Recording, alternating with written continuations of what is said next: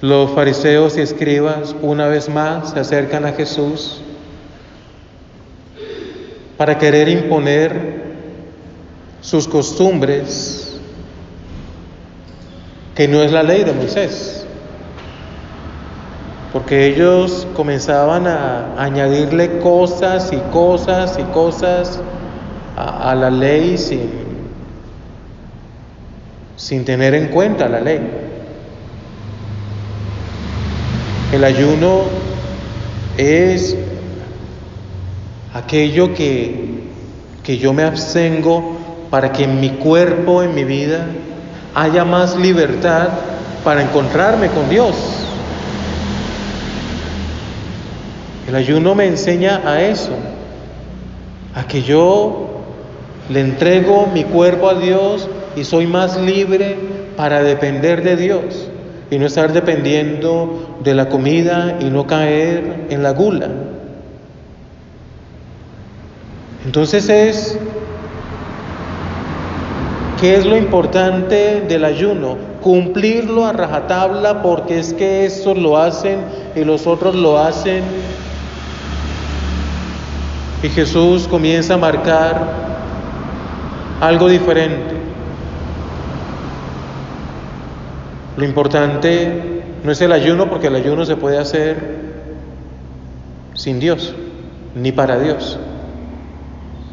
Lo importante es Jesucristo. Lo importante es la novedad que Jesucristo trae a mi vida. Eso es lo importante. Por eso lo de los odres, por eso lo del manto. La novedad de Jesucristo, ese cambio en el corazón cuando recibo a Jesucristo, no necesita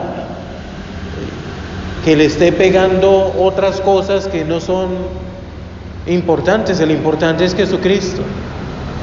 Lo importante son sus sacramentos, es la Eucaristía, es dirigirme a Él, caminar detrás de Él con mi cruz día a día como Él me lo ha indicado. Lo importante es el seguimiento de Jesucristo. Lo importante es vivir su palabra. Lo importante es dejarse llenar de su espíritu. Lo importante es clamar su sangre. Lo importante es centrarse en Jesucristo. A veces caemos en esa tentación de no centrarnos en Jesucristo, sino en cosas. Y cuando nos quedamos en cosas, pues nos perdemos totalmente. San Pablo, en la carta a los Colosenses, pues nos regala un himno donde nos invita a centrarnos en Jesucristo. Y comienza a dar esos atributos de lo que es Jesucristo: imagen de Dios invisible, primogénito de toda criatura. Por Él fueron creadas todas las cosas, tronos, dominaciones, principados. Él es anterior a todo. Él es cabeza del cuerpo de la iglesia. Él es principio, es primogénito entre los muertos. En Él quiso Dios que residiera toda la plenitud.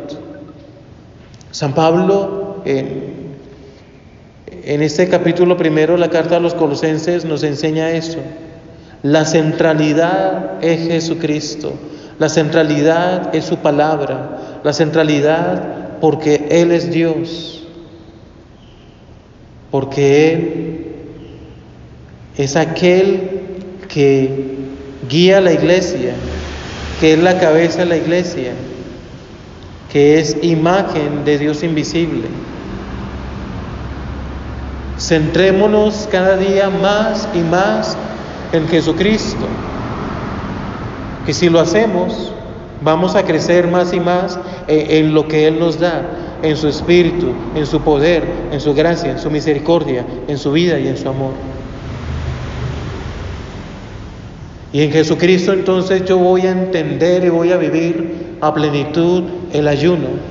Y en Jesucristo yo voy a vivir a plenitud la limosna, voy a vivir a plenitud todo eso.